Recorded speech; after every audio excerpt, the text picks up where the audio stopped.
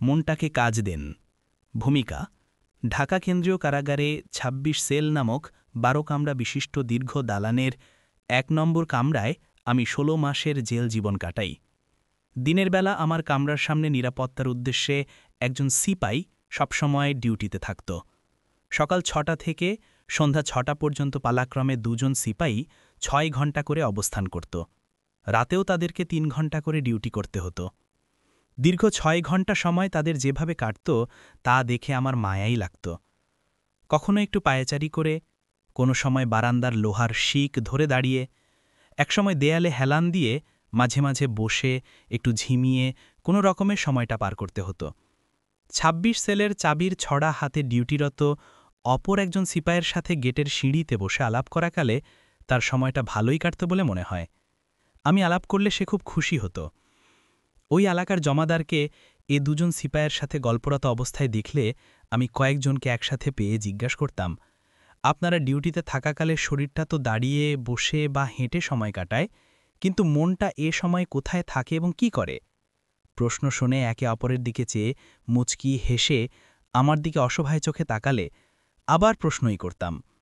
তখন একটু ভেবে তারা পাল্টা প্রশ্ন করত। মনে হাজারো চিন্তা ভাবনা তোলপাড় করতে থাকে, পারিবারিক বিষয়, চাকরিতে সমস্যা, অভাব অনটন নিয়ে দুশ্চিন্তা, আজেবাজে কত কথা যে মনে জাগে, এর কি কোনো হিসাব থাকে? আবার প্রশ্ন করতাম, আচ্ছা, এসব ভাবনা চিন্তা কি নিজে নিজেই এসে ভিড় জমায়, না সচেতনভাবে একটা একটা করে বিষয় নিয়ে ভাবেন? একটু হেসে জবাব দিত, এর কোনো ঠিক ঠিকানা নেই। কখন যে কোন কথা মনে হাজির হয়ে যায় তা টেরও পাওয়া যায় না। প্রথমত ঈদের কথা বিবেচনা করেই আমার মনে খেয়াল হলো যে মনটাকে সচেতনভাবে কাজ না দিলে শয়তান সহজেই খালি মনটাকে দখল করে বসে। শুধু পুলিশ, সিপাই, দারোয়ানের বেলাই নয়, সবার ব্যাপারেই একথা সত্য। তাই মনটাকে কাজ দেওয়ার গুরুত্ব অনুভব করে এ পুস্তিকাকে রচনা করা হয়। আমি জেলে থাকাকালীন এই লেখাটি মাসিক পৃথিবীতে প্রকাশিত হয়। আশা করি পাঠক পাঠিকাগণ এর দ্বারা উপকৃত হবেন। আল্লাহ তাআলা এ লেখাটির উদ্দেশ্য সফল করুন। গোলাম আজম, আগস্ট ১৯৯৩। বিসমিল্লাহির রহমানির রহিম। মনটাকে কাজ দিন। আপনার দেহকে শোয়া, বসা, দাঁড়ানো বা হাঁটা চলা ইত্যাদি যে অবস্থায় রাখুন, সর্বাবস্থায় আপনার মন কাজ করতে থাকে। এমনকি দেহ যখন ঘুমে অচেতন থাকে তখনও মন কাজ করতে থাকে, কারণ সে ঘুমায় না। মনোবিজ্ঞানীরা স্বপ্নকে মনের কর্মব্যস্ততা বলে ব্যাখ্যা করেছেন। দেহ যখন ক্লান্ত শ্রান্ত হয়ে বিছানায় এলিয়ে পড়ে, মন তখন আরও সক্রিয় হয়। সে ক্লান্তও হয় না, বিশ্রামও নেয় না। মনোবিজ্ঞানীরা মনের বিশ্লেষণ এবং চেতন, অবচেতন ও অচেতন মনের ব্যাখ্যা নিয়ে ব্যাপক চর্চা করেছেন। আমার আলোচ্য বিষয় তা নয়। আমরা সবাই এর ভুক্তভোগী যে আমাদের সজাগ সচেতন পরিকল্পনা ছাড়াই মনে হাজারো কথা জাগে। সুচিন্তা, কুচিন্তা, দুশ্চিন্তা সব সময় মনে ভিড় করেই থাকে। গাড়িতে হোক আর বাড়িতেই হোক, চুপ করে হয়তো বসে আছেন, মন কিন্তু চুপ নয়। কত আজে বাজে, খেই হারা অগণিত কথা সে বুনেই চলেছে।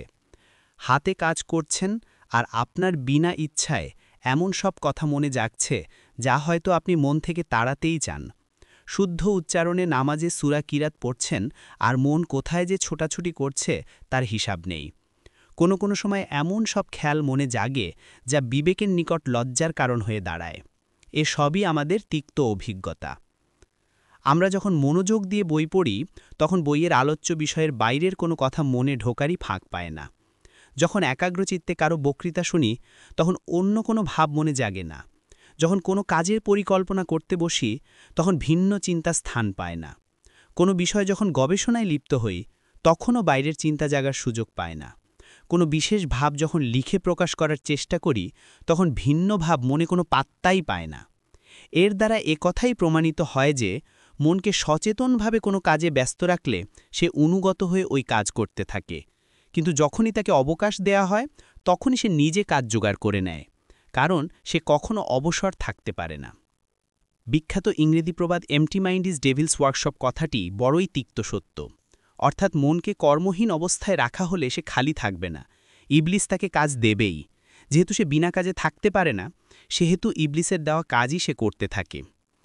রাসূল সাল্লাল্লাহু আলাইহি ওয়াসাল্লাম বলেছেন, মানুষ এক এমন ঘোড়া যার পিঠ কখনো খালি থাকে না। যদি সে সবসময় আল্লাহকে তার পিঠে সওয়ার করিয়ে রাখে তাহলে সে নিরাপদ। যখনই তার পিঠ খালি হয় তখনই ইবলিস চেপে বসে। তাই ইবলিস থেকে বেঁচে থাকতে হলে পিঠ কখনো খালি রাখা চলবে না। সর্বাবস্থায় সচেতনভাবে কথা, কাজ ও চিন্তায় আল্লাহর আনুগত্য করতে থাকলে ইবলিস তার আনুগত্য করানোর সুযোগ পায় না। আমরা যদি আমাদের মনকে শয়তানের কারখানা হওয়ার শোচনীয় পরিণাম থেকে রক্ষা করতে চাই, তাহলে মনটাকে হামেশা কাজ দিয়ে ব্যস্ত রাখতে হবে। আমাদেরকে সিদ্ধান্ত নিতে হবে যে সচেতনভাবে তাকে সব সময় কাজ দিতে থাকব, বিনা কাজে কোনো সময় তাকে নিষ্ক্রিয় থাকতে দেব না। কথাটা বলা যত সহজ, বাস্তবে করা ততই কঠিন। এর জন্য রীতিমতো অনুশীলন এবং অভ্যাস গড়ে তোলা ছাড়া সফলতা সম্ভব নয়। কিন্তু অনুশীলন ও অভ্যাসের জন্য যে নির্দেশনা দরকার তা কোথায় এবং কিভাবে পাওয়া যাবে, সেই প্রশ্নটিই প্রধান। এত বড় একটা বিষয় নিয়ে বহু বছর চিন্তাভাবনা করেও কোনো কুল কিনারা পাচ্ছিলাম না। মনকে অনুগত করার চেয়ে কঠিন কাজ আর নেই। যেই কাজ দেব তাই তাকে করতে হবে, আর কোনো কাজ করতে দেব না এমন কর্তৃত্ব মনের উপর হাসিল করা অসাধ্য ব্যাপার বলেই আমার অভিজ্ঞতা। মনকে সবসময় ইতিবাচক কাজ দেওয়ার সাধ্য কার? ২৪ ঘন্টার জন্য এই বিষয়ে রুটিন তৈরি করে সে অনুযায়ী মনকে পরিচালনা করা চরম দুঃসাধ্য সাধনা বলেই আমার অভিজ্ঞতা। মন কি চায়? মানব সত্তা বড় বিচিত্র। অনেক সময় মন এমন কিছু পেতে চায় যা বিবেক সমর্থন করে না। এতে স্পষ্ট বোঝা যায় যে মানব সত্তা একক নয়। মানুষের দুটি সত্তা রয়েছে, দেহসত্তা ও নৈতিক সত্তা। দেহ হল বস্তুসত্তা, দুনিয়াটাও বস্তুসত্তা। বস্তুজগতের কতক উপাদানেই মানবদেহ গঠিত, তাই বস্তুজগতের প্রতি মানবদেহের প্রবল আকর্ষণ থাকাই স্বাভাবিক। এ পৃথিবীতে ভোগ করার মতো যা কিছু আছে তাই দেহ পেতে চায়। দেহের মুখপাত্রই হল মন। মন যা চায় তাই মানের মাধ্যমে প্রকাশ পায়। সুতরাং বোঝা যায় মন যা চায় তা দেহেরই দাবি। কোরআন মাজিদে দেহের দাবির নাম দেওয়া হয়েছে নাফস। নাফস মানে দেহের দাবি। নাফসের পরিচয় দিতে গিয়ে আল্লাহ তাআলা বলেন, নিশ্চয়ই নাফস মন্দের দিকে প্ররোচনা দেয়। সূরা ইউসুফ ৫৩। অর্থাৎ দেহের যেহেতু কোনো নৈতিক চেতনা নেই, সেহেতু সে দাবি জানানোর সময় দাবিটি উচিত কি অনুচিত তা বিবেচনা করতে পারে না। তাই এটা নিশ্চিতভাবে ধরে নিতে হবে যে দেহের সব দাবিই মন্দ। অবশ্য বিবেক যদি দেহের কোনো দাবিকে মন্দ নয় বলে স্বীকার করে তাহলে কোনো সমস্যা নেই। ভালো মন্দের বিচার কে করবে? মানুষের বিবেক বা নৈতিক সত্তাই দেহের দাবি সম্পর্কে বিচার বিবেচনা করে। এই বিবেকই হল আসল মানুষ। কোরআনের ভাষায় একেই বলা হয় রূহ। দেহ হল বস্তুগত হাতিয়ার যা মানুষকে ব্যবহার করতে দেওয়া হয়েছে। এই বস্তুজগৎকে কাজে লাগানোর জন্য বস্তুগত হাতিয়ারই জরুরি, কিন্তু হাতিয়ারকে সঠিকভাবে ব্যবহার না করতে পারলে উদ্দেশ্য সফল হয় না। দেহকে হাদিসে ঘোড়ার সাথে তুলনা করে একথাই বোঝানো হয়েছে যে আরোহী যদি ঘোড়াকে লাগাম কষে চালাতে পারে তবেই ঘোড়া থেকে সঠিক খেদমত পাওয়া সম্ভব। এই যোগ্যতা না থাকলে ঘোড়া যেখানে খুশি সেখানে নিয়ে গিয়েই আরোহীকে ফেলে দিতে পারে। দেহ হাজারও দাবি করতে পারে, কিন্তু তাকে কোষে লাগাম লাগানোর যোগ্যতা যদি রূহ বা বিবেকের থাকে তবে এই দেহরূপী ঘোড়ায় দ্রুত গন্তব্যস্থলে পৌঁছে দেবে। ঘোড়াকে বাদ দিয়ে দ্রুত গন্তব্যে পৌঁছানো সম্ভব নয়। ভালোভাবে ঘোড়ার যত্ন নিতে হবে, ওকে সুস্থ ও সবল রাখতে হবে, কিন্তু এই দেহরূপী ঘোড়াকে নিয়ন্ত্রণ করার যোগ্যতা না থাকলে আরোহীর জীবনই ব্যর্থ। মনের উপর লাগাম লাগানো উপায় কি? এ বিষয়ে ইতপূর্বেই মন্তব্য করেছি যে বহু বছর চিন্তা করেও কোনো কুলকিনারা পাচ্ছিলাম না। কেমন করে কুলকিনারা পাব? এ সমস্যা সমাধানের জন্য যে আল্লাহর রাসূল প্রয়োজন। যে সমস্যা সমাধানের জন্য আল্লাহ তাআলা রাসূল পাঠানোর প্রয়োজন মনে করেছেন, সেই সমস্যা আর কে সমাধান করতে পারে? দেহযন্ত্র যে আল্লাহ তৈরি করেছেন, তিনি এর ব্যবহার পদ্ধতি রাসূলের মাধ্যমে শিক্ষা দিয়েছেন। মনের উপর লাগাম লাগানোর ইচ্ছা কারো থাকলে রাসূলের কাছ থেকেই শিখতে হবে, এর অন্য কোনো বিকল্প নেই। বিভিন্ন ক্ষেত্রে বহু মনীষী তাদের প্রতিভার স্বাক্ষর রেখেছেন। দার্শনিক, বৈজ্ঞানিক, চিন্তাবিদ, রাষ্ট্রনায়ক, কবি, সাহিত্যিক, শিল্পী, সংগঠক, সমাজসেবক, বিভিন্ন ক্ষেত্রে যারা বিশ্বজোড়া খ্যাতি অর্জন করেছেন, তারাও মনকে নিয়ন্ত্রণ করার বৈজ্ঞানিক সম্মত বাস্তব কোনো উপায় আবিষ্কার করতে সক্ষম হননি। কারণ এই কাজটির জন্য গবেষণা ও সাধনা যথেষ্ট নয়, এর জন্য রিসালাত ও নবুয়াত প্রয়োজন। নবী রাসূলগণ যে জ্ঞান লাভ করেছেন তা তাদের সাধনা ও গবেষণার ফসল নয়, তা আল্লাহর দান যা তিনি নবী রাসূলগণকেই দিয়ে থাকেন। নবী রাসূলগণের বাস্তব শিক্ষার নাগাল না পেয়ে যারা এ সমস্যার সমাধানে ঐকান্তিক প্রচেষ্টা চালিয়েছেন তারা বৈরাগ্যের মাঝেই এর একমাত্র সমাধান তালাশ করেছেন। কিন্তু এটা তো আসলে কোনো সমাধানই নয়। তারা দেহের দাবিকে অস্বীকার করে মনকে মেরেই ফেলেন। মরা ঘোড়া কি কাজে আসবে? নবী রাসূলগণ মানুষকে বৈরাগী বানাতে আসেননি। আল্লাহ তাআলা ঘোষণা করেছেন যে গোটা বস্তুজগৎকে তিনি মানুষের প্রয়োজনেই সৃষ্টি করেছেন। সূরা বাকারার ২৯ নম্বর আয়াত। আর এ জগৎকে ব্যবহার করার উদ্দেশ্যেই মানুষকে দেহযন্ত্রটি দেওয়া হয়েছে। বৈরাগ্য আল্লাহর উদ্দেশ্যের সম্পূর্ণ বিরোধী। রাসূলগণ মানুষকে এ বস্তুজগৎ ও দেহযন্ত্রকে আল্লাহর পছন্দনীয় পন্থায় ব্যবহার করার পদ্ধতি শিক্ষা দিয়েছেন।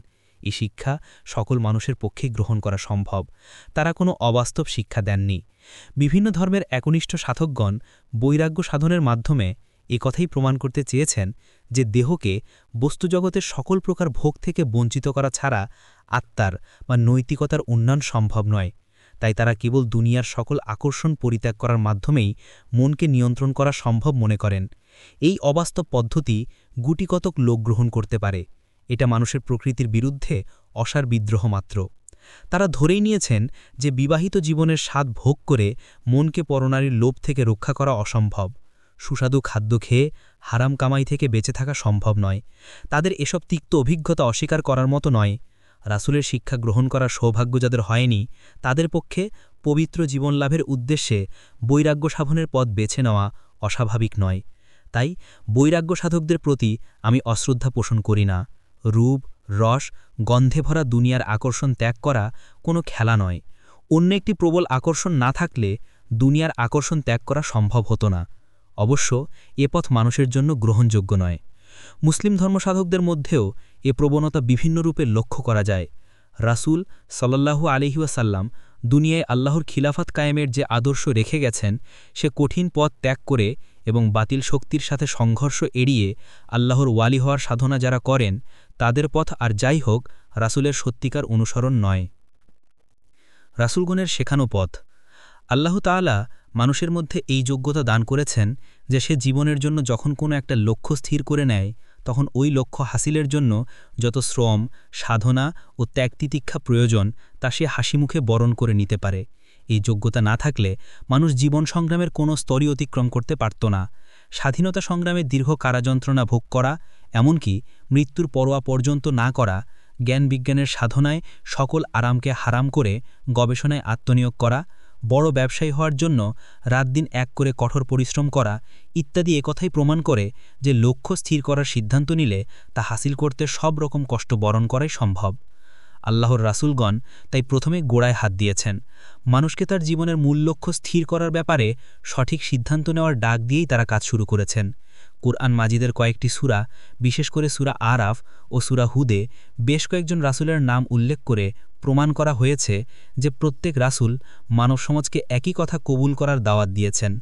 সেই কথাটি হল, হে আমার কাওম, একমাত্র আল্লাহর হুকুম মেনে চলো, কারণ তিনি ছাড়া অন্য কেউ হুকুমকর্তা হওয়ার যোগ্য নয়। এই দাওয়াতই হল তাওহীদের দাওয়াত।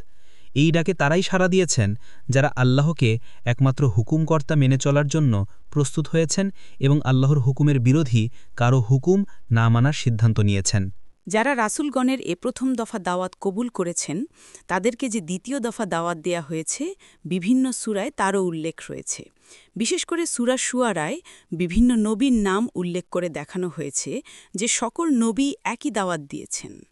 এই দ্বিতীয় দফা দাওয়াতের ভাষা হল, আল্লাহকে ভয় করে তিনি যা অপছন্দ করেন তা থেকে বেঁচে থেকো এবং আমাকে মেনে চলো।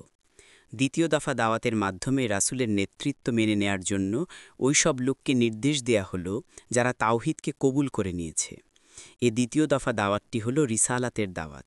যে রিসালাতকে কবুল করল সে এ সিদ্ধান্তই নিল যে আমি আল্লাহর হুকুম একমাত্র রাসূল থেকেই জেনে নেব এবং তিনি যেভাবে ওই হুকুম পালন করার শিক্ষা দেন একমাত্র ওই তরিকাই মেনে চলব।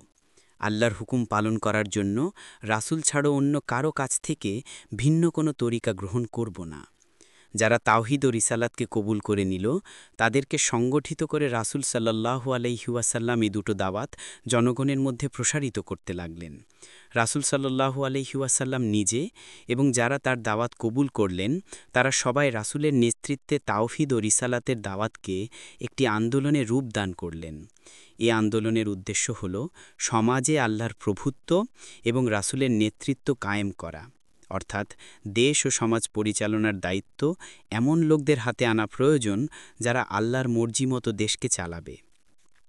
যারা এভাবে রাসূলের নেতৃত্বে সংগঠিত হতে রাজি হলেন তাদেরকে স্পষ্টভাবে বুঝিয়ে দেয়া হলো যে এ পথে সংগ্রাম করার আসল উদ্দেশ্য হল আখেরাতের সাফল্য। দুনিয়ার সাফল্য আসল টার্গেট নয়। আখেরাতের টার্গেটকে সামনে রেখে যারা এ পথে চলবেন একমাত্র তাদের উপরই আল্লাহ সন্তুষ্ট হবেন এবং পরকালে তারাই বেহেশতে চিরস্থায়ী সুখ শান্তি লাভ করতে পারবেন। তাওহীদ, রিসালাত ও আখেরাতি হল নবী রাসূলগণের মূল দাওয়াত। মানব সমাজের ভিত্তিতে পরিচালিত হলেই মানুষ দুনিয়ায় শান্তি ও আখিরাতে মুক্তি লাভ করতে পারবে। সমাজ ও রাষ্ট্রের সকল স্তর ও পর্যায়ে যারা আগে থেকেই নেতৃত্ব কর্তৃত্ব দখল করে আছে তাদেরকে তাওহীদ, রিসালাত ও আখিরাতের দাওয়াত দেয়া হলো, কারণ তারা এই দাওয়াত কবুল করলে সমাজে বিনা বাধায় রাসূলের দেখানো পথে চলতে পারবে। সব যুগেই নবীগণ নেতৃস্থানীয়দেরকে এ উদ্দেশ্যেই বিশেষভাবে দাওয়াত দিয়েছেন, কিন্তু ইতিহাস সাক্ষী যে নেতৃত্বের অধিকারীরা এ দাওয়াত কবুল করতে রাজি হয়নি বলে তাদের সাথে নবীদের সর্বাত্মক সংঘর্ষ হয়েছে। নবী ও তার সাথীদের উপর হাজারো রকমের নির্যাতন চালানো হয়েছে। হক আর বাতিলের এই সংঘর্ষের মাধ্যমেই ইসলামী আন্দোলনে শরিক জনশক্তির মধ্যে সেই প্রয়োজনীয় গুণাবলী সৃষ্টি হয়েছে যা সমাজ ও রাষ্ট্রকে আল্লাহর বিধান অনুযায়ী গড়ে তোলার জন্য প্রয়োজন। একটু ভেবে দেখুন, নবী রাসূলগণের দাওয়াত কবুল করে ওই পদ্ধতিতে যারা ইসলামী আন্দোলনে সক্রিয় ভূমিকা করেন এবং বাতিল শক্তির মোকাবিলায় সদা সতর্ক থাকতে বাধ্য হন, তাদের মন স্বাভাবিক কারণেই ভিন্ন চিন্তার জন্য কমই খালি থাকে। ইসলামী আন্দোলনের দেয়া পদ্ধতি অনুযায়ী তাদের ২৪ ঘন্টা রুটিন প্রণয়ন করতে হয়। নিজেদের জীবনকে এভাবেই আল্লাহর সৈনিক হিসেবে তারা গড়ে তোলার চেষ্টা করেন। এর ফাঁকেই পারিবারিক দায়িত্বও পালন করতে হয়। পেশার ঝামেলা তো আছেই। বাতিল শক্তির সৃষ্ট বাধা বিপত্তির প্রতিকারের উদ্দেশ্যে আন্দোলন হঠাৎ করেই যেসব কর্মসূচি ঘোষণা করে তার জন্য জরুরি ভিত্তিতে শ্রম, সময় ও অর্থ ব্যয় করতে হয়। তাদের মনে বাজে চিন্তা ঢোকার অবকাশ কোথায়? যে পথে চলার সিদ্ধান্ত তারা নিয়েছেন তা তাদের জীবনকে নিয়ন্ত্রণ করতে সাহায্য করে। যারা আন্দোলনে শরিক নয় তাদের পক্ষে আল্লাহর পথের এই মুজাহিদদের দৈহিক ও মানসিক ব্যস্ততা সম্পর্কে সঠিক ধারণা করা কঠিন। মুজাহিদদের মনে কুচিন্তা, বাজে খেয়াল, ভিন্ন ভাব ঢোকানোর জন্য ইবলিসের পক্ষে তেমন সুযোগ পাওয়ার কথা নয়। তবু অনইসলামী সমাজব্যবস্থার দরুন তাদের ঈমান, আকিদা, রুচি ও পছন্দের বিরোধী পরিবেশে তাদের মনকে পবিত্র রাখার জন্য সদা সতর্ক থাকতে হয়। পরিবারে, সামাজিক অনুষ্ঠানে, কর্মক্ষেত্রে, পথে ঘাটে, যানবাহনে, হাটে বাজারে তাদেরকে বিপরীত পরিবেশের সম্মুখীন হতে হয়। অন্য ১০ জনের মতোই রক্তমাংসে গড়া দেহের দাবি তাদেরকেও তাড়া করা স্বাভাবিক।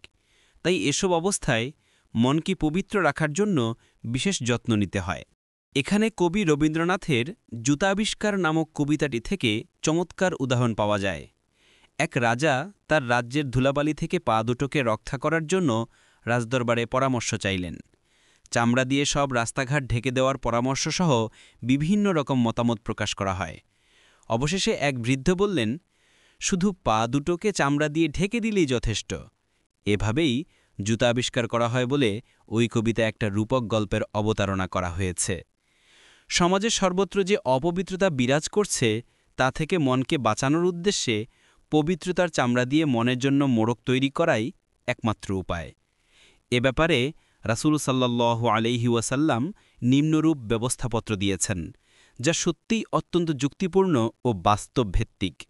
মনকে বশে আনার উপায়: ১. ৫ ওয়াক্ত জামাতের নামাজ আদায় করা। দিন-রাতের ২৪ ঘণ্টার যাবতীয় কার্যক্রম নামাজকে কেন্দ্র করে রচনা করা। ফজরের নামাজ দিয়ে রুটিন শুরু, এর আগে অন্য কোনো কাজ নয়। টয়লেট, অজু, গোসল তো নামাজেরই প্রস্তুতি। কালেমা তৈয়বার মাধ্যমে জীবনের যে পলিসি ঠিক করা হয়েছে তা হল আল্লাহর হুকুম ও রাসূলের তরিকা অনুযায়ী চলার সিদ্ধান্ত। নামাজ এ সিদ্ধান্ত অনুযায়ী চলারই ট্রেনিং। মন মগজ অঙ্গ প্রত্যঙ্গ দ্বারা নামাজে যা কিছু করা হয় তার সবই আল্লাহর হুকুম ও রাসূলের তরিকা অনুযায়ী। এর অন্যথা হলে নামাজ বাতিল বলে গণ্য হয়। নামাজের মাধ্যমে প্রধানত ৩টি শিক্ষা দেওয়া হয়, যথা ক তুমি আল্লাহর গোলাম হিসেবে সব সময় সর্বাবস্থায় জীবনযাপনের সিদ্ধান্ত নিয়েছ, তাই নামাজে যেভাবে তোমার মনমগজ দেহ আল্লাহর হুকুম ও রাসূলের তরিকায় পরিচালিত করেছ, নামাজের বাইরেও সেভাবে চলতে হবে। খ তুমি যে আল্লাহর দাস সে কথা হামেশা মনে রাখার প্রয়োজনেই নামাজ আদায় করতে হয়। কুরআন মাজিদে আল্লাহ তাআলা বলেন, আকিমিস সলাতা লিযিকরি, আমার কথা স্মরণ রাখার জন্য নামাজ কায়েম করো। সূরা তহা আয়াত সংখ্যা ১৪। নামাজ শেষে হালাল রোজগারের জন্য যখন তুমি কর্মব্যস্ত হবে তখনও আল্লাহকে ভুলে যাবে না, বরং ওয়াজকুরুল্লাহা কাসীরা, অর্থাৎ আরও বেশি করে আল্লাহকে স্মরণ করতে থাকো। সূরা জুমুয়া আয়াত সংখ্যা ১০। আল্লাহকে স্মরণ রাখার উদ্দেশ্যেই ২৪ ঘণ্টার কার্যক্রমে প্রতিটি ফরজ নামাজ জামাতে আদায় করতে হবে। এজন্য বাইরে কর্মব্যস্ত থাকাকালেও মনটাকে মসজিদেই ঝুলিয়ে রাখতে হবে। হাদিসে আছে, ৭ ব্যক্তি হাসরের ময়দানে আল্লাহর রহমতের ছায়ায় থাকবে।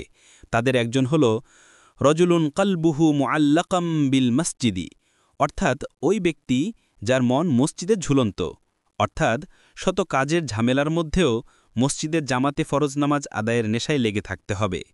এভাবে ৫ ওয়াক্ত জামাতে আদায়কৃত নামাজ তার মনে আল্লাহর জিকির তাজা রাখে। নামাজ তাকে আল্লাহকে ভুলতে দেয় না, এটাই হাদিসের অভিব্যক্তি। নামাজে মনকে আটকে রাখার চেষ্টা করতেই থাকাই আমাদের কর্তব্য। বারবার মনোযোগ ছুটে গেলেও নিরাশ হওয়া উচিত নয়। ইচ্ছা করে অন্য চিন্তা না করলে এবং মনোযোগকে ধরে রাখার সাধ্যমতো চেষ্টা করতে থাকলে আশা করা যায় যে অনিচ্ছাকৃতভাবে মনোযোগ ছুটে গেলেও আল্লাহ তাআলা ক্ষমা করবেন, কারণ আল্লাহ তাআলা সাধ্যের অতিরিক্ত দায়িত্ব চাপান না। গ নামাজের তৃতীয় বড় শিক্ষা হল অশ্লীল ও হারাম কাজ থেকে বেঁচে থাকার যোগ্যতা অর্জন করা। কুরআনে বলা হয়েছে, নিশ্চয়ই নামাজ অশ্লীল ও হারাম কাজ থেকে ফিরিয়ে রাখে। সূরা আন আনকাবুত ৪৫। নামাজিকে তাই সবসময় সচেতন থাকতে হয় যে অশ্লীল ও হারাম কাজ যেন হয়ে না যায়, তাহলে তো আল্লাহ তার নামাজ কবুল করবেন না। ওই নামাজই আল্লাহর নিকট কবুল হওয়ার যোগ্য, যেই নামাজ অশ্লীল ও হারাম কাজ থেকে ফেরাতে পারে। উপরের আয়াতে একথাই স্পষ্ট ভাষায় জানিয়ে দেওয়া হয়েছে। ২ শেষ রাতে তাহাজ্জুদের নামাজ পড়া। এ সম্পর্কে মহান আল্লাহ বলেন, আসলে রাতে জাগা নাফসকে দমন করার জন্য খুব বেশি ফলদায়ক এবং কোরআন ঠিকমতো পড়ার জন্য বেশি উপযোগী। সূরা মুজ্জাম্মেল ৬। তাহাজ্জুদের মাধ্যমে আল্লাহর সাথে মহব্বতের যে ঘনিষ্ঠতা জন্মে এর কোনো বিকল্প নেই। এ মহব্বতের হাতিয়ারই মনকে ইবলিসের হামলা থেকে রক্ষা করতে বিশেষ সহায়ক ভূমিকা পালন করে। দুনিয়া যখন ঘুমিয়ে থাকে তখন ঘুমের মজা ত্যাগ করে যে ব্যক্তি মনিবের দুয়ারে ধরনা দেয় তার মনে আল্লাহর মহব্বত বৃদ্ধি পায়। রাসূল সাল্লাল্লাহু আলাইহি সাল্লাম তাহাজ্জুদে নামাজ সম্পর্কে মন্তব্য করে বলেন, এটা সালেহ লোকদের তরিকা, আল্লাহর নৈকট্য লাভের উপায়, অতীত গুনাহের কাফফারা ও ভবিষ্যৎ গুনাহের নিরাপত্তা। তাহাজ্জুদের নামাজ আদায়ের ফাঁকে ফাঁকে বা শেষে নিজের গুনাহ মাফের জন্য তৌবা করলে চোখের পানির বৃষ্টিতে মনের আকাশে জমাট গুনাহের মেঘ কেটে যায় এবং ঈমানের সূর্য আগের চেয়েও উজ্জ্বল হয়। আল্লাহর দরবারে কাঁদতে পারা স্বাদই আলাদা। তৌবার পর মনিবের কাছে চাওয়ার পালা। দিন ও দুনিয়া ও আখিরাতের সব কিছুই চাইতে হবে। বিশেষ করে মাবুদের নিকট গোলাম হিসেবে স্বীকৃতি দাবি করে কাঁদতে আরও মজা লাগে। ৩ রমাদানের রোজা ও প্রতি চান্দ মাসের ১৩, ১৪ ও ১৫ তারিখে রোজা রাখা। শাওয়াল মাসে এ ৩টি ছাড়া আরও ৩টি রোজা তথা আশুরার বুটি এবং আরাফার দিনের রোজা সারা বছর রোজাদারকে নাফসের উপর নিয়ন্ত্রণের যোগ্য বানায়। ৪ সর্বাবস্থায় আল্লাহকে স্মরণ রাখা। এর জন্য রাসূল সাল্লাল্লাহু আলাইহি সাল্লাম যে সহজ পদ্ধতি শিক্ষা দিয়েছেন তা হল প্রত্যেক অবস্থায় এর উপযোগী দোয়া পড়া। রাসূল সাল্লাল্লাহু আলাইহি সাল্লাম শেখানো আরবি দোয়া অর্থসহ শিখতে পারলে তো কোনো কথাই নেই, অন্তত দোয়ার অর্থটুকু মনে জাগরডুকো রাখা দরকার। ঘুমানোর আগে ও ঘুম থেকে জাগার সময়, টয়লেটে যাওয়ার পূর্বে ও ফিরে আসার সময়, অজুর শুরু ও শেষে, খাওয়ার শুরু ও শেষে, বাড়ি থেকে বের হওয়ার পর ও বাড়িতে ফিরে আসার সময়, বাজারে চলার সময়, যানবাহনে ওঠা ও নামার সময় ইত্যাদি সর্বাবস্থায় রাসূল সাল্লাল্লাহু আলাইহি সাল্লাম দোয়া পড়তেন। ৫. জিহ্বাকে জিকরে ব্যস্ত রাখা। রাসূল সাল্লাল্লাহু আলাইহি সাল্লাম মনকে সব সময় আল্লাহর জিকরে মশগুল রাখার উপায় হিসেবে জিহ্বাকেও জিকরে ব্যস্ত রাখার উপদেশ দিয়েছেন। যখনই ইতিবাচক চিন্তাভাবনা থেকে মনটা খালি হয়ে যায়, তখনই ৩ তাসবিহ, কালেমা তাইয়্যেবা, দরুদ ইত্যাদি মুখে জারি করার সাথে সাথে মনেও সেদিকে খেয়াল রাখতে হবে। এভাবে মনকে সব সময় কাজ দিয়ে ব্যস্ত রাখতে হবে। শয়তান থেকে মনকে বাঁচানোর জন্য এর কোনো বিকল্প নেই। মুখ ও মনকে একসাথে কাজ দিতে হবে। এ তিক্ত অভিজ্ঞতা সবারই আছে যে নামাজ পড়া, তাসবিহ জপা এবং জিকর করার সময় মুখে ঠিকই উচ্চারণ করা হচ্ছে, কিন্তু মনে অন্য কথা ঘুরপাক খাচ্ছে।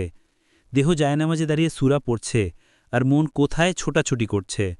মুখে তাসবিহ উচ্চারণ করা হচ্ছে এবং হাতের আঙুরও তাসবিহ দানা টেনে নিচ্ছে বটে, কিন্তু মন অন্য বিষয়ে ভেবে চলেছে। অথচ বক্তৃতা করার সময় মুখ যা বলছে মনও তাই বলছে। বই পড়ার সময় মুখ ও মন একসাথেই চলে। কারো বক্তৃতা বা কথা শোনার সময় মন দিয়েই শোনা হয়। এই যে এখন আমি লিখছি, মন দিয়েই লিখছি। মন যা লিখতে বলছে তাই লিখছি। এসব ব্যাপারে মনোযোগ ঠিকই থাকে, কিন্তু নামাজ, তাসবিহ, জিকরের বেলায় মন বিয়োগ হয়ে যায় কেন? এটা আমাদের শিক্ষার ত্রুটি। নামাজে যা যা মুখে পড়তে হয় তা শেখানোর সময় মনে কি ভাবতে হবে সে কথা শেখানো হয় না। মুখে যা পড়া হয় এর অর্থ জানা থাকা সত্ত্বেও মনোযোগের অভাব হতে পারে ওই শিক্ষার ত্রুটির কারণেই। তেমনি তাসবিহ ও জিকরের ব্যাপারে মুখ ও মনকে একই সাথে চলতে হবে। মুখে যা উচ্চারণ করা হচ্ছে মনে এর ভাব জাগরুক থাকতে হবে, নইলে নামাজ, তাসবিহ ও জিকর প্রাণহীন হয়ে থাকবে। মৃত নামাজ দ্বারা উপরে বর্ণিত শিক্ষা লাভ হতে পারে না। মুখে যা উচ্চারণ করা হয় তা মনকে দিয়েও বলানোর পদ্ধতি সম্পর্কে একটু আলোচনা প্রয়োজন। মুখে যা পড়া হয় এর অর্থের দিকে খেয়াল রাখলে মনে অন্য ভাব জাগার পথ পায় না, কিন্তু এ খেয়াল স্থায়ী রাখা কঠিন। এর জন্য মনের আবেগ যোগ হওয়া বিশেষ জরুরি। রসুল সাল্লাল্লাহু আলাইহি ওয়াসাল্লাম ইবাদতের সময় ইহসান এর যে ব্যাখ্যা দিয়েছেন তাই আবেগের ভিত্তি। তিনি ইহসানের ব্যাখ্যা দিতে গিয়ে বলেন, এমনভাবে ইবাদত করো যেন তুমি আল্লাহকে দেখতে পাচ্ছ। যদি এমনটা নাও পারো তাহলে অন্তত খেয়াল করো যে তিনি তো তোমাকে অবশ্যই দেখছেন। এই আবেগ সৃষ্টির প্রয়োজনেই নামাজের শুরুতে তাওয়াজ্জুহ বা ইন্নি ওয়াজ্জাহতু পড়া হয়। পড়ার সময় মনে এ ভাব জাগ্রত করতে হবে যে আমার মাবুদ আমার সামনেই হাজির আছেন। সিজদায় মুখে যখন বলা হয় সুবহানা রব্বিয়াল আলা, তখন এর অর্থের দিকে খেয়াল করলে আবেগ সৃষ্টি হবে যে আমি তো আমার মহান রবের কোলেই আশ্রয় পেলাম। এভাবে নামাজের প্রতীকী অংশে আবেগযুক্ত হলে মন নামাজের বাইরে ছুটাছুটি করার ফুরসতই পাবে না। এমন নামাজই জীবন্ত। জীবন্ত নামাজই মুমিনের জীবন গড়ার যোগ্যতা রাখে। শুধু অনুষ্ঠান হিসেবে নামাজ আদায় করা হলে তা দ্বারা নামাজের কোনো উপকারী পাওয়া সম্ভব নয়। অনেকের জীবনে এ কারণেই নামাজের উদ্দেশ্য সফল হতে দেখা যায় না। রাসূল সাল্লাল্লাহু আলাইহি ওয়াসাল্লাম বলেছেন, আল্লাহ তাআলা প্রত্যেক নেক আমলের কমপক্ষে 10 গুণ এবং বেশি পক্ষে 700 গুণ বদলা দেবেন।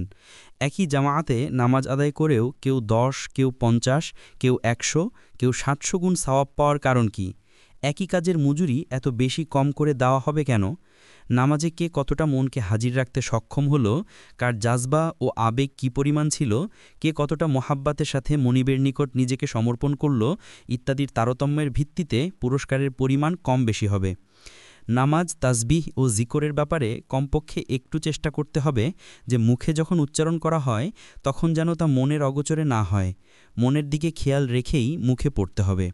আমার অভিজ্ঞতা থেকে বলছি যে বুকের বাম পাশে যেখানে হার্ট বা হৃৎপিণ্ড থাকে সেদিকে খেয়াল রেখে ধীরে ধীরে মুখে পড়তে থাকলে মনকে নামাজের মধ্যে আটকে রাখা সহজ হয়। এই দৃঢ় সিদ্ধান্ত নিতে হবে যে মনকে নামাজের বাইরে যেতে দেব না। আমার এই অভিজ্ঞতার ভিত্তি হল সুফি সাধকদের কলবি জিকর সম্পর্কে ধারণা। তারা কলবের অবস্থান বুকের বাম দিকেই নির্ধারণ করেন। মুখে যেমন আল্লাহ উচ্চারণ করেন তেমনি তারা কলবেও উচ্চারণ করার অনুশীলন করে থাকেন। এমনকি সেখান থেকে এই উচ্চারণের আওয়াজও বের হয়। এটা তো দীর্ঘ অনুশীলনের বিষয়। রসুল সাল্লাল্লাহু আলাইহি ওয়াসাল্লাম সাহাবায়ে কেরামকে এই অনুশীলনের শিক্ষা দিয়েছেন বলে আমি এখনও জানতে পারিনি। কিন্তু কলবে উচ্চারণ না করেও কলবের দিকে খেয়াল রেখে মুখে উচ্চারণ করলে যে একাগ্রতা সৃষ্টি হয় এই বিষয়ে সন্দেহ নেই। এ খেয়াল যত গভীর হয় মনোযোগ ততই মজবুত হয়। গভীর মনোযোগকেই সুফিগণ মোরাকাবা বলেন। কুচিন্তা ও সুচিন্তা। আগেও বলা হয়েছে যে দেহের দাবিতে মনে কুচিন্তা জন্মে, কিন্তু বিবেক তাকে সমর্থন করে না। যারা নৈতিকতার ধার ধারে না তাদের বিবেক দুর্বল, তারা ইচ্ছা করেই কুচিন্তাকে প্রশ্রয় দেয়। মনের পবিত্রতার কোনো মূল্য তাদের কাছে নেই। এ জাতীয় লোকদের সম্পর্কে এখানে আলোচনা নিষ্প্রয়োজন। যারা সুচিন্তা করা পছন্দ করে, শয়তান তাদের মনেও সময় সময় মানবীয় দুর্বল মুহূর্তে কুচিন্তা ঢুকিয়ে দেয়। কিন্তু যারা আল্লাহর দাস হিসেবে জীবনযাপনের সিদ্ধান্ত নিয়েছে, তারা অবশ্যই কুচিন্তাকে মন থেকে তাড়ানোর চেষ্টা করে। কোনো সময় যদি ওই কুচিন্তা মন্দ বিষয়ে লিপ্ত করেই ফেলে, তখন তারা অনুতপ্ত হয় এবং তাওবা করে। তারা স্থায়ীভাবে নাফসের নিকট আত্মসমর্পণ করে না। যারা সুচিন্তায় অভ্যস্ত, তাদেরকে নামাজের সময় ইবলিস নামাজের বাইরের কোনো সুচিন্তা মনে ঢুকিয়ে হলেও নামাজ থেকে অমনোযোগী করে দেওয়ার চেষ্টা করে। তাই নামাজে যে চিন্তা মনে জারি থাকা দরকার, তাতেই একাগ্র হতে হবে। নামাজের বাইরের কোনো ভালো চিন্তাকেও প্রশ্রয় দেওয়া ঠিক নয়। সাধারণত করণীয় বিভিন্ন কাজের ব্যাপারে ভালো চিন্তা এসে নামাজের চিন্তাকে সরিয়ে দেয়, কিন্তু বাইরের সুচিন্তাও জীবন্ত নামাজের জন্য ক্ষতিকর। নামাজে শুধু নামাজের চিন্তাই থাকা উচিত। দুশ্চিন্তা। কোনো মানুষই দাবি করে বলতে পারে না যে তার জীবনে সমস্যা নেই। সম্পূর্ণ রোগহীন দেহ ও সমস্যামুক্ত জীবন অবাস্তব। জীবনে আপদ, বিপদ ও সমস্যার অন্ত নেই। জীবনের আরেক নামই সমস্যা। জীবন সংগ্রাম মানেই হল জীবন সমস্যার সমাধানের প্রচেষ্টা চালানো। সমস্যা আছে এবং থাকবে জেনেই সমাধানের চেষ্টা চালাতে হয়। দুশ্চিন্তা কাকে বলে? দুঃখ, দৈন্য, আপদ, বিপদ ও দুর্ঘটনার ফলে যে পরিস্থিতি সৃষ্টি হয়, তা থেকে উদ্ধারের পথ পাওয়ার জন্য যে পেরেশানি ও অস্থিরতা সৃষ্টি হয়, এরই নাম দুশ্চিন্তা। হায় আমার কি হবে, বাঁচার কোনো উপায়ই দেখছি না, এর পরিণতি কি হবে, এ জাতীয় চিন্তাকেই দুশ্চিন্তা বলে। দুশ্চিন্তা এমন এক রোগ যে একে প্রশ্রয় দিলে চরম হতাশা সৃষ্টি হতে পারে। হতাশার চরম পর্যায়ে মানুষ আত্মহত্যা করার মতো চরম দুর্বলতাও প্রদর্শন করে বসে। দুশ্চিন্তা কিন্তু সমস্যার সমাধানে সামান্য সাহায্যও করে না, বরং সমস্যাকে আরও জটিল করে। ধীর চিত্তে ও স্থির মস্তিষ্কে সমাধান তালাশ করতে হয়। অস্থির চিত্ত কখনো সমাধান খুঁজে পায় না। দুশ্চিন্তা চিন্তার ভারসাম্য বিনষ্ট করে বলে সঠিক সিদ্ধান্তে পৌঁছা যায় না। এমনকি এ রোগ সমাধানের কোনো নির্দিষ্ট পথকেই চূড়ান্তভাবে গ্রহণ করতে দেয় না। একেকবার একেক রকম পথ ধরার চেষ্টা করে বলে ব্যক্তি ধৈর্যের সাথে কোনো পথে চলতে সক্ষম হয় না। তাই দুশ্চিন্তা হল চিন্তার বিকৃতি। আল্লাহ তাআলা তার মুমিন বান্দাদেরকে দুশ্চিন্তার মুসিবত থেকে রক্ষার জন্য এমন কতক মূলনীতির কথা ঘোষণা করেছেন, যা মেনে নিলে শত মুসিবতেও মানসিক ভারসাম্য বজায় রেখে চলা সম্ভব। ১.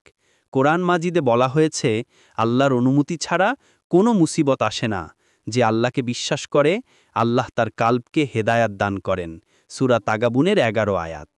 ব্যাপারটি এমন নয় যে কোনো বিপদ আল্লাহ ঠেকাতে পারলেন না বলে এসে গেল, বরং আল্লাহ বিপদ দেওয়ার সিদ্ধান্ত করলেই আসে। যদি কেউ এ কথা বিশ্বাস করে, তাহলে সে অস্থির না হয়ে ধৈর্য ধারণ করবে এবং বিপদ থেকে উদ্ধার পাওয়ার জন্য আল্লাহর দরবারেই ধরনা দেবে। আল্লাহর প্রতি সঠিক আস্থা ও বিশ্বাস থাকলে বিপদের সময় কেমন আচরণ করতে হবে সে বিষয়ে আল্লাহ সঠিক হেদায়াত দান করেন। মুসিবত থেকে উদ্ধার পাওয়ার চেষ্টা করাও কর্তব্য। শান্ত মনে ভেবে চিনতে চেষ্টা তদবির করতে হবে। সঠিক পদ্ধতিতে যাতে তদবির করা যায়, সেজন্য কাতরভাবে দোয়াও করতে হবে। কোনো তদবির ফলপ্রসূ না হলেও হতাশ না হয়ে মহান মুনিবের নিকটই সঠিক পথ চাইতে হবে। হে রাসূল, আল্লাহ যদি আপনার উপর কোনো মুসিবত দেন, তাহলে তিনি ছাড়া তা দূর করার ক্ষমতা অন্য কারও নেই। সূরা ইউনুস ১০৭ নম্বর আয়াত। যত চেষ্টা তদবিরই হোক, মুসিবত থেকে উদ্ধার করার চূড়ান্ত সিদ্ধান্ত দেওয়ার ক্ষমতা একমাত্র আল্লাহর হাতে। এ অবস্থায় অস্থির হওয়া, হতাশা প্রকাশ করা বা আল্লাহ উপর অসন্তুষ্ট হওয়ার দ্বারা মানসিক যন্ত্রণা পাওয়া ছাড়া অন্য কোনো লাভ হয় না। আল্লাহ উপর ভরসা করাই মুমিনদের কর্তব্য। এ কথাটি বিভিন্ন ভঙ্গিতে বহু সূরায় উল্লেখ করা হয়েছে। আল্লাহ তাআলা তার মুমিন বান্দাহদেরকে বারবার তাকিদ দিয়েছেন যে, তোমরা একমাত্র আমার উপর ভরসা করো। বৈধ পথে চেষ্টা তদবির অবশ্যই করতে থাকো, তবে ওই তদবিরের উপর আসল ভরসা যেন না হয়। তাহলে হতাশায় ভুগতে বাধ্য হবে। আসলে আল্লাহ উপর আস্থা রাখাই হল ভরসা বা তাওয়াক্কুল। মুমিন কোনো অবস্থায় আল্লাহর উপর আস্থা হারায় না। এ আস্থা রাখতেই হবে যে আমার মেহেরবান আল্লাহ আমার মঙ্গলই করবেন, যদিও আমি বুঝতে পারছি না যে আমার মুসিবতের মাধ্যমে কি মঙ্গল হতে পারে, তবে এ আস্থা আছে যে আল্লাহ অমঙ্গল করেন না। বিতেরের নামাজের দুয়া কুনুতে এ আস্থার কথায় আমরা প্রতিনিয়ত ঘোষণা করি এ ভাষায়, হে আল্লাহ, তোমার উপর ঈমান রাখছি, তোমার উপর ভরসা করছি এবং তুমি মঙ্গলময় বলে আমি প্রশংসা করি। অর্থাৎ তুমি যা কিছুই করো তাতে আমার মঙ্গল হবে বলেই বিশ্বাস করি। এ বিশ্বাস ছাড়া হতাশার যাতনা থেকে মুক্তির কোনো উপায়ই নেই। 4. কুরআন মজিদে আরও বলা হয়েছে, আল্লাহর প্রতি অনুরাগী তারা যারা ঈমান গ্রহণ করেছে এবং আল্লাহর জিকিরের মাধ্যমে তাদের অন্তর প্রশান্তি লাভ করে থাকে। জেনে রাখো, একমাত্র আল্লাহর জিকিরেই অন্তর সান্ত্বনা লাভ করে। সূরা রাদ 28 নম্বর আয়াত। হাজারো মুসিবতের মধ্যেও আল্লাহকে ডেকে তার দরবারে ধরনা দিয়ে এবং তার নিকট আশ্রয় চেয়েই মনে প্রশান্তি লাভ করা সম্ভব।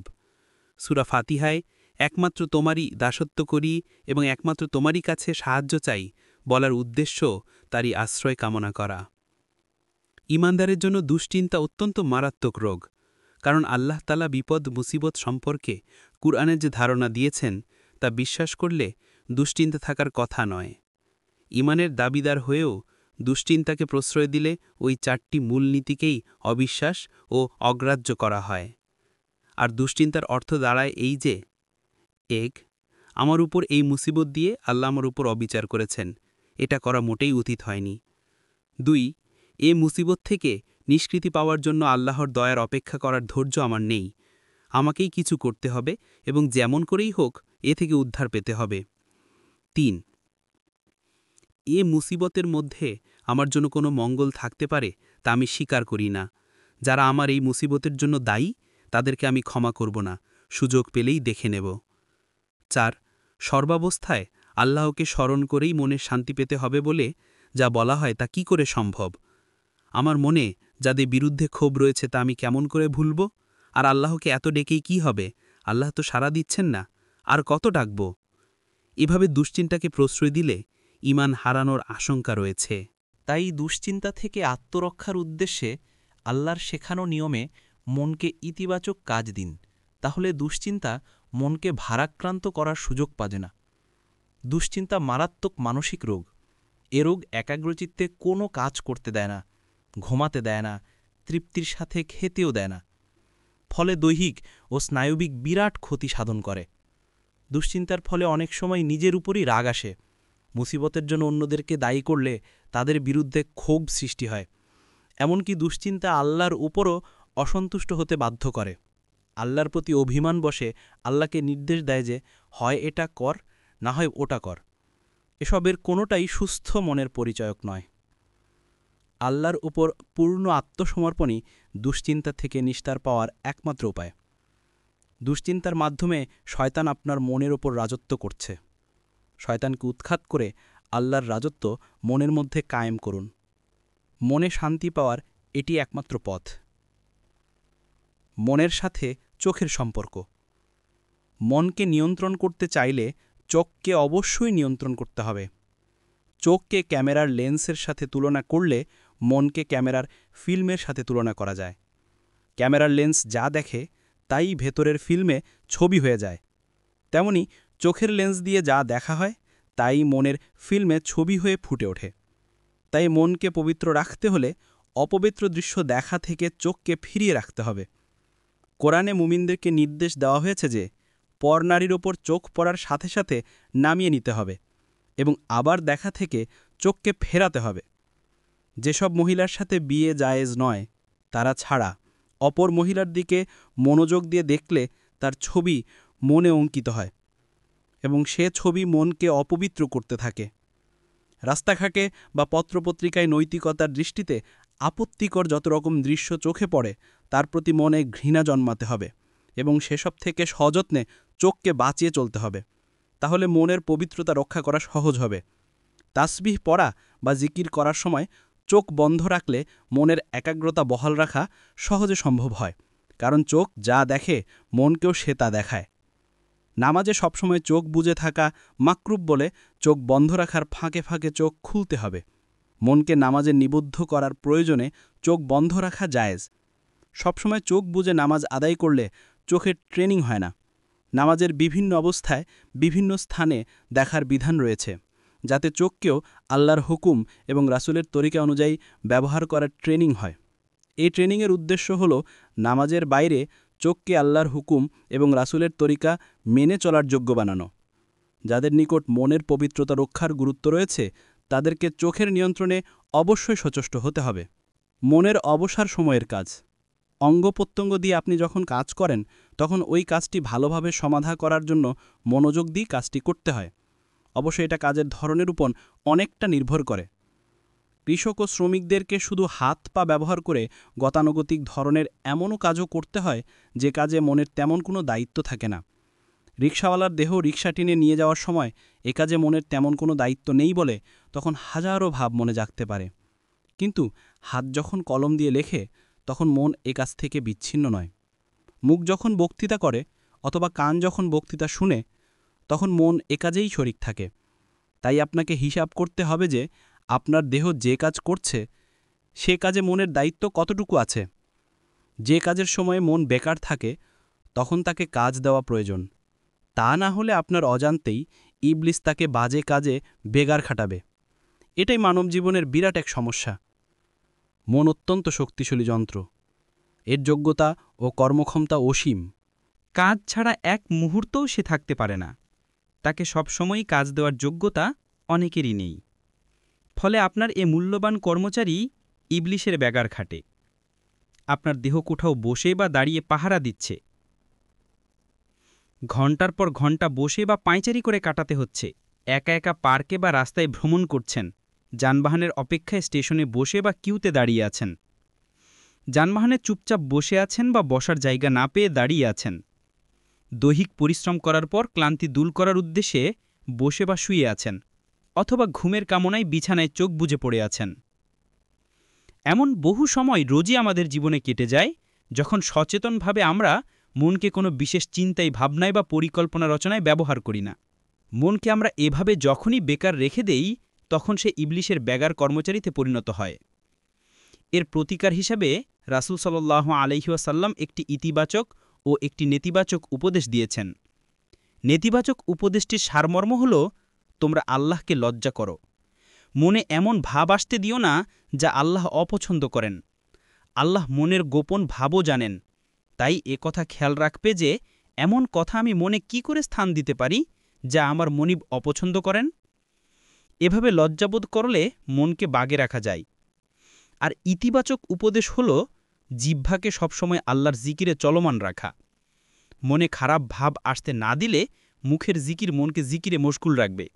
অর্থাৎ মন ও মুখ কোনোটাই খালি রাখা নিরাপদ নয়। মুখের জিকির মনকে জিকির করতে সাহায্য করে। মনকে দেওয়ার মতো কোনো কাজ না থাকলে তাকে জিকিরে ব্যস্ত করে দিতে হবে এবং এ উদ্দেশ্য সফল করার জন্য মুখের জিকির জারি করা দরকার। জিকিরের ব্যাপারে একটি কথা বিশেষভাবে উল্লেখযোগ্য। তা হল, হাদিসের কোথাও শুধু আল্লাহু আল্লাহু জিকিরের শিক্ষা দেওয়া হয়নি। আল্লাহ শব্দের সাথে আল্লাহর কোন একটি গুণবাচক বা প্রশংসাসূচক শব্দ থাকা দরকার, যেমন সুবহানাল্লাহি, আলহামদুলিল্লাহি, আল্লাহু আকবার, লা ইলাহা ইল্লাল্লাহ ইত্যাদি। বুখারী শরীফের শেষে একটি চমৎকার তাসবিহ শেখানো হয়েছে। রাসূল সাল্লাল্লাহু আলাইহি ওয়াসাল্লাম বলেছেন, দুটো বাক্য এমন আছে যা মুখে উচ্চারণ করা খুব সহজ, কিন্তু দাড়িপাল্লায় বেশ ভারী এবং আল্লাহর নিকট বড় প্রিয়। তা হল সুবহানাল্লাহি ওয়া বিহামদিহি সুবহানাল্লাহিল আযীম। কতক বাস্তব পরামর্শ। খালি মনকে কাজে ব্যস্ত রাখার জন্য আমার ব্যক্তিগত দীর্ঘ অভিজ্ঞতা থেকে কতক পরামর্শ পেশ করছি। ১. সব সময় সব অবস্থায় ইসলামী বই সাথে রাখুন। যখনই মন অবসর হয়ে যায়, ওই বই পড়ুন। এটা জিকির থেকেও বেশি কার্যকর পন্থা। জিকিরে মনোযোগের অভাব হতে পারে, পড়ার সময় তা হয় না। তাছাড়া সকল রকমের নফল ইবাদতের মধ্যে দ্বীনের ইলম তালাশ করা শ্রেষ্ঠতম। ২. অনেক সময় বই পড়ার পরিবেশ বা সুযোগ থাকে না, তখন নিম্মুক্ত কয়েকটি কাজ করতে পারেন। ক. কোরআন মাজিদের মুখস্থ করা সূরাগুলো আওরাতে থাকুন। পরিবেশ অনুকূল থাকলে গুনগুন করেই পড়ুন।